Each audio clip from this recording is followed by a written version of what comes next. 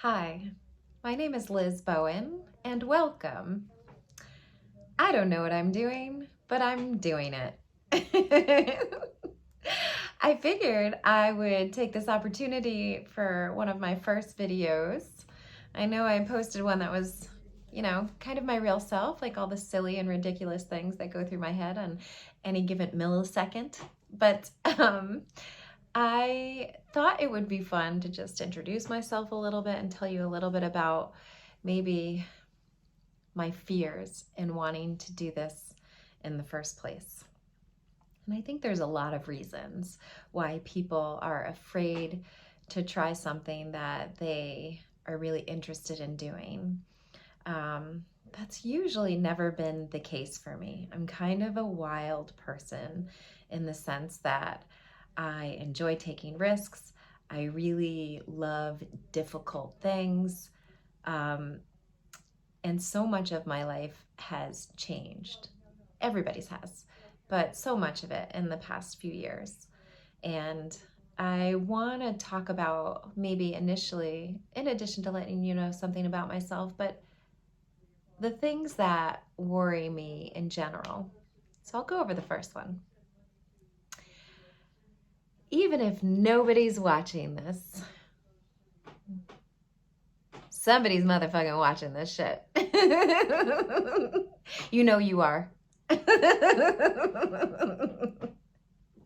Another thing, I have a very hard time looking here when I want to look there.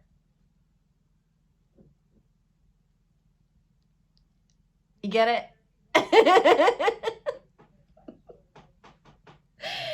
I also believe that if I think of something, that it already exists in the world. Like, for example, why do I have to look at the camera right here when the screen is showing me a reflection of myself? The camera in a phone never lines up with where my eyeballs look. That bothers me. I just assume there's already a camera behind the screen. You know, somebody's fucking doing that right now. Excuse me, I swear a lot. Anyway, another thing is, even though I have lots of thoughts, like lots of thoughts, like my brain, if you could do a diagram of the thoughts that my brain has, it would look like the branches of a tree. Like literally, every time I think about any given subject, it just goes out into 1,000 different things at the same time. And I consider all of them, which is probably why it takes me so long to make a decision. Anyway, I'm a giggler, if you haven't noticed already. I find most things fun and funny, but that's probably because my life has always been surrounded by play. I play with sports, I play with people, I play with the universe, I play with algorithms. I try things out and I see what happens. I allow my brain to have thoughts, and then I subsequently just follow those thoughts. It could be maddening. Something else I do that I think has helped me to try to understand people just in general is, this is a very maddening thing. You know, I don't suggest that people do this, but I imagine to be any individual that I'm thinking about, that I interact with, or that I'm trying to understand so that I could better understand them. And so I imagine being them, which could be very challenging, especially when you are just exploring or trying to figure out so many parts of your own self. And even if you know yourself well, it becomes maddening because then you start to see the contrast between those people and yourself. It does, however, help you develop understanding and empathy, which has been my way of learning lessons in life. I look at everything that I interact with, any kind of feedback that I get from the universe or the world or the internet or people around me, my students, my friends, family members, always as a lesson that I'm supposed to be learning something right now in this moment. Now, that's a great way, I think, to maybe approach what I do in an extreme way. So thinking about trying to actually be that person, it is a way to understand them, but it could be maddening.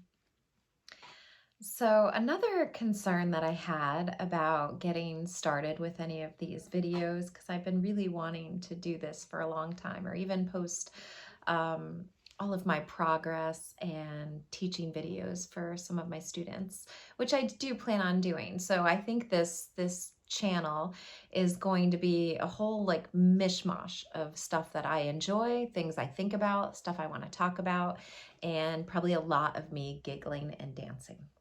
We'll see. But one other thing that that I struggled with and even getting started is that I was such a people pleaser my whole life. I never had boundaries. I have a very passive family who I think they're very kind and nice people, but we've never really stuck up for ourselves in many situations. And so it's something I didn't enjoy. My way for sticking up for myself when I was a kid was to physically get in fights with people because I was always a really strong woman. And even then, I didn't enjoy that. You know, I had a lot of angst as a child, and I think I stopped fighting, I think when I was about 17, mainly because I just didn't like being that person. But I also had no boundaries. So I had a lot of friends and relationships that took advantage of me. But I also had to look at it from this perspective. I let them take advantage of me. So I've really been learning in the past few years that I do have something to say and that it does have value and my opinion matters, even if it doesn't matter as a whole, you know, in the grand scheme of the world and things that are actually vitally important out there. But it is important for me to speak my mind now and create boundaries in my own world. And that's something that has been very, very difficult for me to do because I really love and enjoy people. I lead with love always. And it has always been such a difficult thing for me to say no or to set boundaries with people. But I am enjoying speaking up for myself because it reassures me how much I do love myself as well. And that's so important for everyone to do. But another fear I have is, you know, just thinking what I have to say is not important. And that's ridiculous because I think I'm a very aware woman. I'm very compassionate and giving. And those things can also lead to a place that is negative. So you could overly love somebody, which could be a detriment to you. And I've definitely felt that in my life, and I've definitely been guilty of that.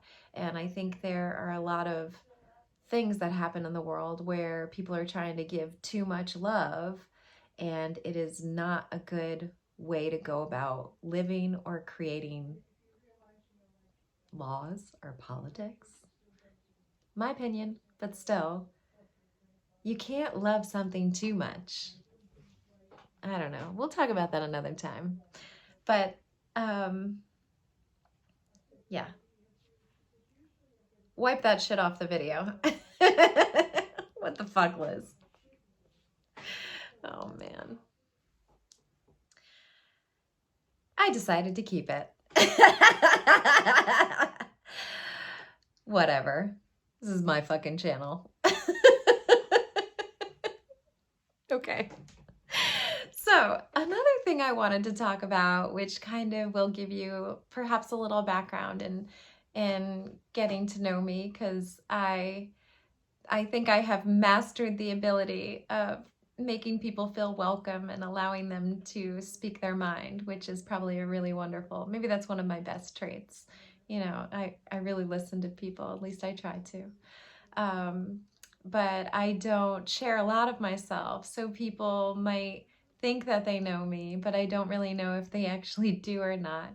But I would like to, you know, get to know y'all in some way, because and share my life with you in some way, because I'm a pretty private person. And a lot of my things, duh, because I'm an overthinker, that I think of things and stop myself from doing them before I even get to do them. You know, case in point, like I've been wanting to like create videos for many years and I just never have. You know, I stop myself for one reason or another. But just to give you like a little background on myself, I definitely have my demons for sure. You know, I have a lot of dark thoughts and I let those thoughts happen. You know, I consider them. I consider every thought that goes through my head, which is, I said before, is pretty maddening. But as an overthinker, I don't know how else to be. You know, I overly love, and it could be to not so good of a degree, but also I think all the people that I have loved in my life and that I do, including strangers, you know, I'm the type of person that when an ambulance goes by, I quietly pray for everybody involved.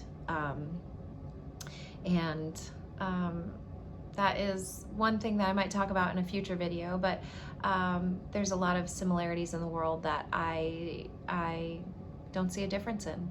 For example, like just the word prayer that I just brought up.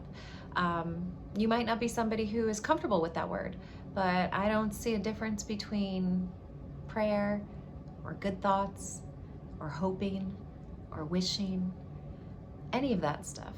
Like whatever word you're comfortable using, you know, being contemplative and putting your thoughts out in the world on behalf of somebody else they're all the same thing, honestly. So I'm going to talk about that another time. But I do think that a big part of why I wanted to start some of these things and why I started journaling again a few years ago, because I used to do it a lot when I was like in grade school and college. But I have had many head traumas in my life. And I was also always afraid to kind of talk about them or to even speak in a video, because I assumed that maybe one day somebody might hold that against me. But I have to tell you, just very briefly, but I've had about 30 bad concussions in my life, not to mention just sort of like mild ones, 30 bad ones. 6 of them were for sure traumatic brain injuries, 3 of which I actually passed out from briefly. And I'm going to talk about all of those independently of one another because they all have their own story, honestly. I gotta say, I got a lot of fucking stories, so we're going to talk about them. But I did prepare a video that talks about my first one in a very brief way, but I'll just tell you very quickly because I do think it was a very poignant part of my life. So when I was about 5 years old, I ran up behind my brother. My brothers were playing outside with my dad's golf clubs, and I ran right into my brother's backswing. He cracked my skull open right in the middle. I'll see if the video will pick it up. I don't know if you could see it, but it's a very big white line, about just under 2 inches long. You can still feel it. People don't really notice it though, which I always thought was strange because it's the only thing I see when I look at myself in the mirror. And so that happened to me. It was that was one of the first times I've ever passed out from a bad accident, and it was probably one of my worst. I was bleeding a lot. I passed out a couple times. My dad was just, I think, getting home from work, and my mom I'm one of 5 kids, and so we have a big family. And so my parents just kind of like shoved everybody into the car and brought me over to the hospital. And I don't remember a lot of it. I had, I don't know, 13 stitches, something like that. I can't remember what it was. And I do remember, however, getting 2 lollipops. That was pretty dope. I was very excited about that. I picked yellow and red, by the way, if anybody's wondering.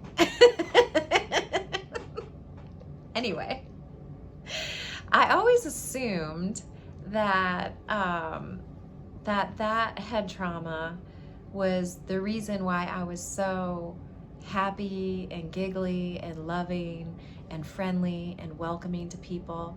And a few years ago, I started spending more time with my parents, which has been nice, getting to know them as people, aside from just being the people that I knew growing up. And my mom told me that I was always that person. I was always welcoming. I was always loving. I was always laughing growing up, even before my accident. And something did happen during that accident, which I will talk about in another video sometime, because I'm writing about it right now. But I had a very psychedelic childhood. And that very much could be a reason also why I am the way I am, or maybe I just am. I just am. This is me. But I would see things from ages 5, following my accident, until about age 11. I always had like a light veil of things that I would see in my world that people see when they have psychedelic experiences. And I was always afraid to talk about it because I thought people would think I was crazy. You know, I am a little crazy, but I'm like the good crazy, I think. And I hope so. But it was something that shaped me. So my last relationship, which was a serious one, that broke me in a way. In order to save our relationship towards the very end, we tried a lot of psychedelics together. He was very adamant about doing things safely, so he always found like a very clinical way to do it, which was amazing. We would just, you know, sometimes, I don't know how he got a lot of the stuff, but some of the things we actually ended up making ourselves, which is pretty amazing. For example, like the DMT, when we tried that. And I just remember through any and all of these experiences that it was coming back to myself, which I always knew. And it was the answer, which is how I've always lived, which is love. You know, I talked very briefly before how you can love somebody or something too much. And that is possible, but I think it's because of whatever that causes you to do, or possibly disrespecting yourself. But love in general is wonderful. It is the way. For anybody who disagrees with me, I wish you more love. I really do. But it was so simple for me to understand that. And so, you know, after that head trauma, I had many more, but I had some very significant ones that I will be talking about later in more videos. You know, I broke a windshield with my head when I was 16. Not on purpose. It was an accident. I totaled a car when I was 21 because I fell asleep at the wheel. I fell out of a Lyra about 7 years ago, which was the whole reason why I started to study head trauma in the first place. I was very interested in it because I realized the quality of my life, the quality of my thoughts, the quality of my functioning, in addition to how some head traumas could affect other people in different ways. And I have theories. And I actually had a very lovely conversation today on the internet with a gentleman by the name of Dr. Alan Pierce, PhD, who lives in Australia. And he specifically studies CTE, which was what I was interested in studying when I had decided to go back to school a couple years ago. I am no longer in school, but that doesn't mean I still can't read, because I do. I love it. Even though I'm not a great reader, it takes me a long time to read, so I'm trying to be very diligent about that. But CTE stands for chronic traumatic encephalopathy, and I'm sure a lot of people know that more as punch drunk. It was a term that was coined, I think, back in like the 50s, because a lot of American boxers would get symptoms of concussions and head trauma, and it just started to be called punch drunk. I think because of that. I'm pretty sure that's where the term was coined. But it is trauma to the brain, where, of course, if you know what a concussion is, it's literally like your brain like slamming up against your skull. And it could be mild, moderate, or very severe. And I know for a lot of combat sports, which I love and enjoy. Like, I love MMA and boxing, and I love football, and rugby's so cool and interesting. But I heard even like jet skiers get trauma to their brain sometimes with like wakes. But I mean, there's so many ways that people can injure themselves, and so studying it was something I was very interested in, because I was curious. And like I say, I play with the universe a lot and I try to figure out my world, but like I didn't understand why I, through all of these accidents and incidences that I've ever had or experienced, that I have never had one single concussive symptom. I never get headaches. I haven't been sick in 12 years. And I think a lot of that also has to do with my health. And I follow a lot of very interesting scientists and athletes and comedians and people who are interested in all this stuff. And I have theories, which I was going to start.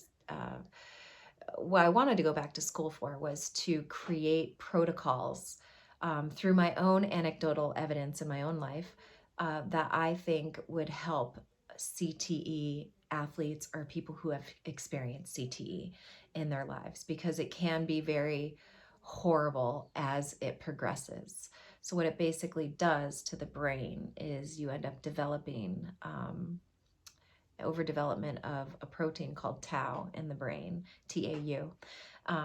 And I believe the effects that happen in the brain from repeated head trauma is starts to bring on early onset dementia and irritability and severe depression. And it is incredibly sad what happens to the individuals who go through or experience CTE. And a lot of their brains, I know, have been scanned post-mortem and to be studied, which is something I'm interested to. After I'm no longer here, I really want somebody to study my brain. I'm curious about what it looks like.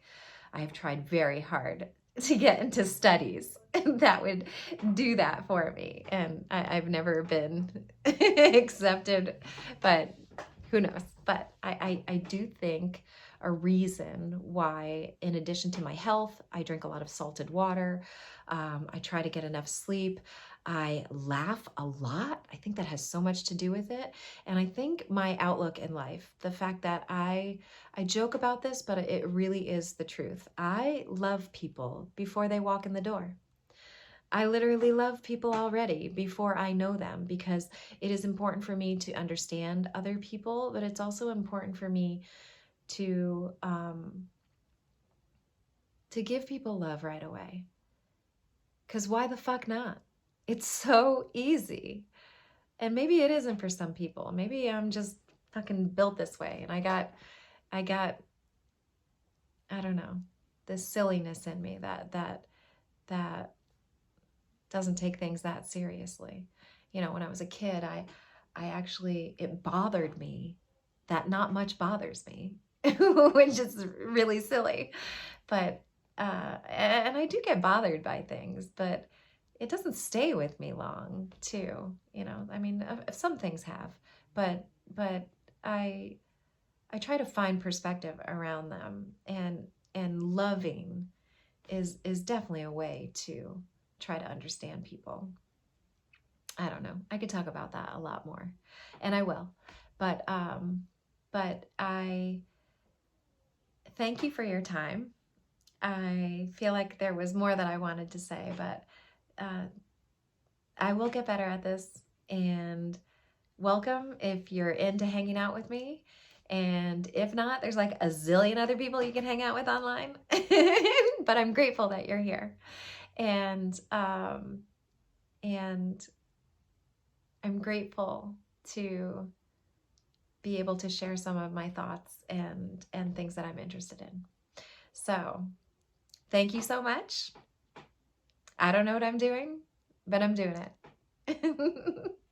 Good night.